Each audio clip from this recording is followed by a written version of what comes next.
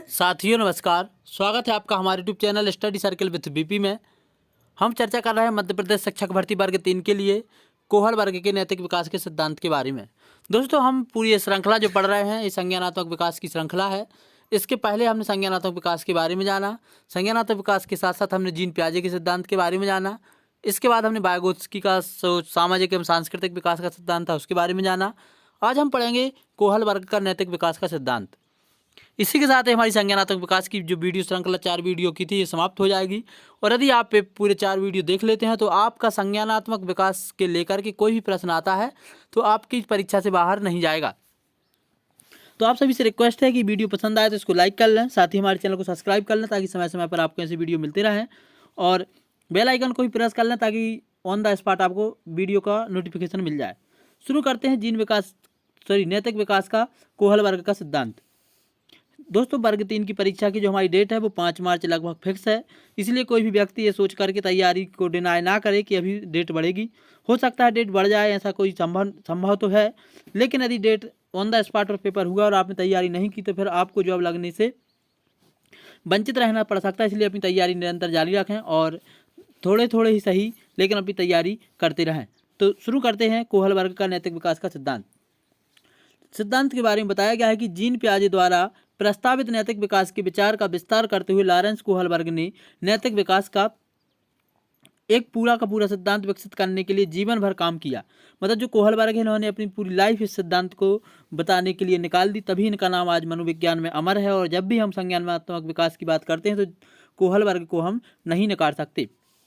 कहानी बताने के अनेक तकनीकों का उपयोग करते हुए इन्होंने बच्चों पर कई अध्ययन किए। इन्होंने जो अपने अध्ययन का आधार था वो था कहानी। एक बच्चों को कई तरीके की कहानी सुनाते थे और उस कहानी के आधार पर बच्चों की नैतिकता का अनुमान लगाते थे कि बालक का नैतिक विकास किस स्तर पर होता है। आगे इन्होंने बताया कि उन्होंने अध्ययन में कहानियों को आमतौर पर कुछ प्रकार की नैतिक दुविधाओं के इर्द गिर्द घूमती थी।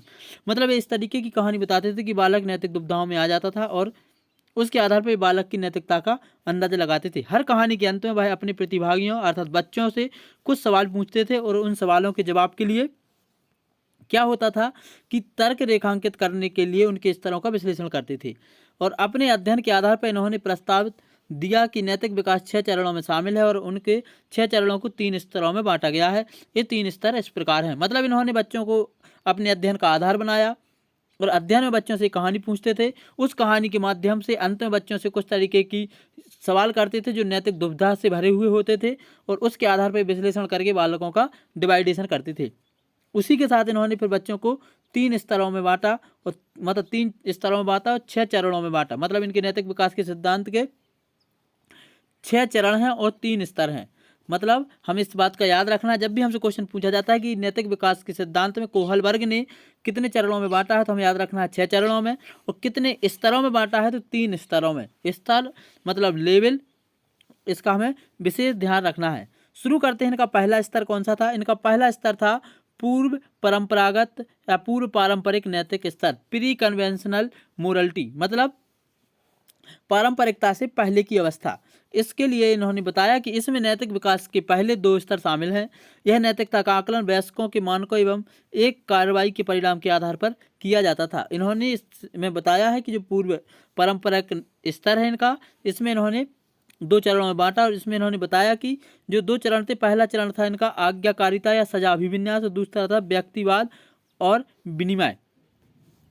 आज्ञाकारिता सजाभिविन्यास में क्या करते थे? बच्चों के लिए वो अनैतिक है जिसे प्राधिकरण द्वारा दंडित किया जाता है। मतलब इसका ये था कि बच्चों से कुछ तरीके के सवाल करते थे और जो काम करवाते थे उस काम करने के बाद उस बच्चे को कुछ एक प्रोत्साहन देते थे और जो बालक गलत काम करता था उसको दंडित किया जाता था। इसके आधार पर बालकों के अंदर एक मानसिकता बन गई कि जिस काम को मारने पीटने पर या दंड मिले वो काम अनैतिक है और जिस काम को करने पर प्रोत्साहन मिले या पुरस्कार मिले वो काम नैतिक है तो या आज्ञाकारिता वाला है। इस तरीके से इन्होंने पहले चरण में इसको बताया। साथ ही इन्होंने दूसरा जो इनका चरण था पहले लेवल का, कि यह चरण स्वचालित है। बच्चों को पहली बार समझ में आता है कि अलग अलग व्यक्ति के पास अलग अलग दृष्टिकोण हो सकते हैं। एक कार्यवाही को नैतिक रूप से सही माना जाता है वो व्यक्ति को सर्वोत्तम हित में हो। साथ ही उन्होंने बताया कि बालक जब इस तरीके दंडित किया जाता था, धीरे धीरे बालक के मन में खुद की एक धारणा बन जाती थी कि हमें ऐसे काम करना है जिसको अधिकतर लोग करते हों, वही काम नैतिक माना जाता है। जिस काम को कोई नहीं करता, बार बार रोका टोकी होती है, उस काम को हमें नहीं करना है। इस तरीके से इनका नैतिक विकास का पहला जो स्तर था उसके दोनों चरण हमने पढ़े। पहले चरण का नाम है आज्ञाकारिता और सजाभिविन्यास, दूसरे का नाम है व्यक्तिवाद और विनिमय। बढ़ते हैं इनके दूसरे स्तर की तरफ। दोस्तों इनका जो दूसरा स्तर है, दूसरे स्तर में इन्होंने बताया है कि पारंपरिक नैतिक स्तर। पहला था पूर्व पारंपरिक नैतिक स्तर, दूसरा है पारंपरिक नैतिक स्तर। इसको इन्होंने बताया है कि कन्वेंशनल मोरलिटी। कन्वेंशनल मोरलिटी क्या कहती है? इस स्तर के चरण 3 और 4 शामिल है। मतलब जो इसका दूसरा स्तर है, इसमें 3 और 4 चरण शामिल है। इसके दौरान बच्चे नैतिकता का न्याय करने के लिए समाज के मूल्यों को आंतरिक बनाना शुरू करते हैं। मतलब इसमें बालक के जो नैतिक विकास होता है वो समाज के मूल्यों के आधार पर करते हैं। इसमें इन्होंने जो इनका तीसरा चरण है, दूसरे स्तर का पहला चरण आंतरिक पारस्परिक संबंध है। अच्छा पारस्परिक संबंध। अच्छा पारस्परिक संबंध का मतलब है कि नैतिक मूल्यों को पहचानने के संदर्भ में अभिनेता का इरादा है कि अधिक महत्वपूर्ण होता है। यदि बच्चे का इरादा दूसरों की सहमति या समाज की स्वीकृति हासिल करने का है तो अभिनेता को नैतिक रूप से सही माना जाता है। कहने का मतलब यह है कि यदि बालक समाज में कोई काम करता है और उसको प्रोत्साहन मिलता है, उसको स्वीकार किया जाता है, तो उस काम को नैतिक माना जाता है। और यदि उसको स्वीकार नहीं किया जाता, उसकी आलोचना की जाती है, तो उस काम को अनैतिक माना जाता है। ये कहलाता है अच्छा पारस्परिक संबंध का चरण। दूसरा, सामाजिक व्यवस्था बनाए रखना। इस चरण में क्या था? इस चरण में नैतिकता का निर्णय एक कर्तव्य, कानून और सामाजिक व्यवस्था पर आधारित होता था। कहने का मतलब ये था कि बालक इसमें वही काम करता था जो उसको कर्तव्य के हिसाब से करना चाहिए और जो कानूनिक रूप से सामाजिक व्यवस्था के आधार पर मान्य हो, उसी को इन्होंने सामाजिक व्यवस्था बनाए रखने का नियम माना। कहने का मतलब बालक इस तरीके के काम करता था जिसको समाज स्वीकारता था और जिस काम को बालक नहीं करता था जिसको समाज नहीं स्वीकारता था। इस तरीके से ये हमने तीसरा और चौथा चरण जाना। तीसरा जो हमारा चरण है वो है अच्छा पारस्परिक संबंध, चौथा चरण है सामाजिक व्यवस्था बनाए रखना। इस तरीके से 2 चरण और कंप्लीट हुए। बढ़ते हैं हम तीसरे स्तर की तरफ। जो हमारा तीसरा स्तर है, तीसरे स्तर में हमें बताया गया है कि post conventional morality. Post conventional morality को बोलते हैं, एक होता है हमारा परंपरागत स्तर, पूर्व परंपरागत स्तर, एक होता है परंपरागत स्तर और एक होता है पश्च परंपरागत स्तर, मतलब परंपरागत स्तर के बाद का। तो इसको हम पोस्ट कन्वेंशनल मोरलिटी भी बोलते हैं। इसको हमें इंग्लिश नाम याद कर लेना है। अंतिम स्तर में नैतिक विकास के चरण 5 और 6 शामिल हैं। कोहल वर्ग के अनुसार इस स्तर पर बहुत कम लोग पहुंच पाते हैं। यहाँ सामाजिक शासन और व्यवस्था पर व्यक्तिगत परिप्रेक्ष्य को अधिक महत्व दिया जाता है। व्यक्तिगत न्याय नैतिकता बुनियादी मानवाधिकारों न्याय पर आधारित होती है।